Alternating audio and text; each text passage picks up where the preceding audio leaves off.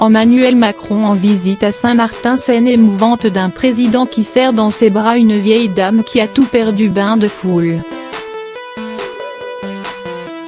Emmanuel Macron, au plus bas dans les sondages, poursuit son périple aux Antilles amorcé jeudi dernier.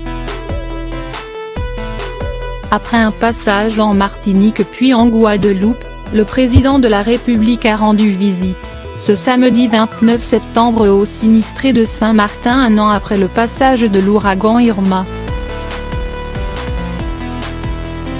Il s'est notamment rendu à Quartier d'Orléans au contact des habitants qui ont été particulièrement touchés par la catastrophe. Au mépris de certaines règles de sécurité et au grand désarroi de ses gardes du corps qui étaient sur les dents et malgré une pluie battante, Emmanuel Macron s'est mêlé à une foule courroucée qui avait beaucoup de griefs contre lui.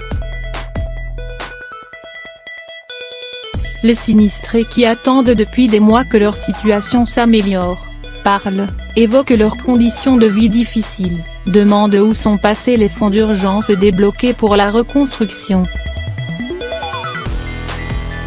Le président, familier de l'exercice, écoute, serre des mains, prodigue quelques conseils, vante auprès d'un petit garçon, comme le rapporte Le Parisien, les vertus de l'école. Puis dans la foule, une vieille dame s'avance.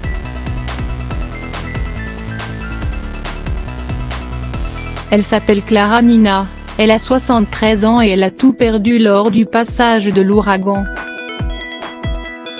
Et comme on peut le voir dans une vidéo postée par Mariana Gréppinet, grand reporter à Paris Match, Emmanuel Macron entend sa détresse. « Vous avez eu peur ?»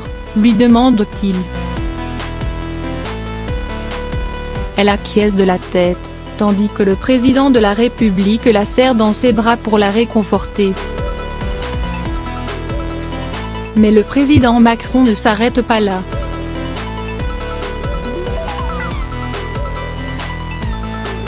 Il décide ensuite de rentrer dans un immeuble où les habitants veulent lui montrer l'état des appartements dans lesquels ils vivent, les travaux non effectués alors qu'il continue de payer un loyer. C'est comme ça qu'il se retrouve nez à nez avec un ancien braqueur qui vient tout juste de sortir de prison.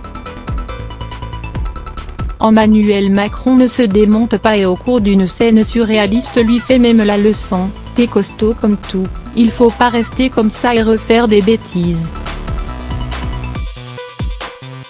Les braquages, c'est fini.